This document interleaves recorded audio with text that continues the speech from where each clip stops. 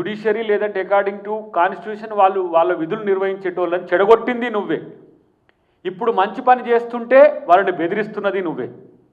అంటే అధికారం కోల్పోయినాము, మేము అధికారంలో లేము, మేము సామాన్యులమే అనే ఆలోచన లేదు మీకు.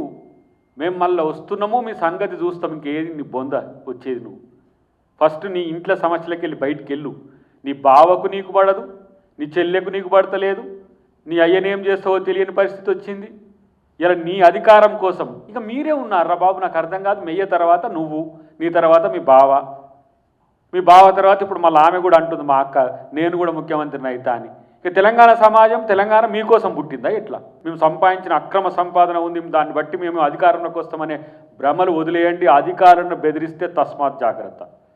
ఒకవైపు ఏమో బట్టి గారిని తను ఎదగడానికి ఎంత కష్టపడి పైకొచ్చి ఈ స్థాయికి వచ్చి డిప్యూటీ సీఎం కాడికి వస్తే తన మీద ఒక రకమైన స్కాములు జరుగుతున్నాయి, స్కాములు జరిగినాయి అని చెప్పి ఆయన క్యారెక్టర్ అసాసినేట్. నీకే ఉందా వ్యక్తిత్వహరణం?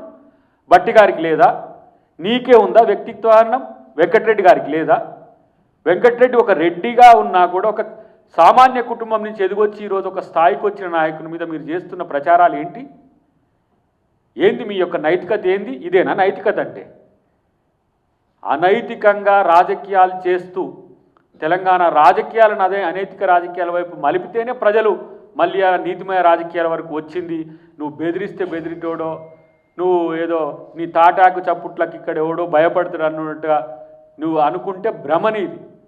మీ అయ్య విర్రవీగి నేనే లెజెండరు, నేనే తెలంగాణ తెచ్చిన అని చెప్పుకొని ప్రచారం చేసుకున్న వాడిని ఒక సామాన్యుడు కొట్టియాల ముఖ్యమంత్రి అయిను. అది తెలుసుకో ఫస్ట్.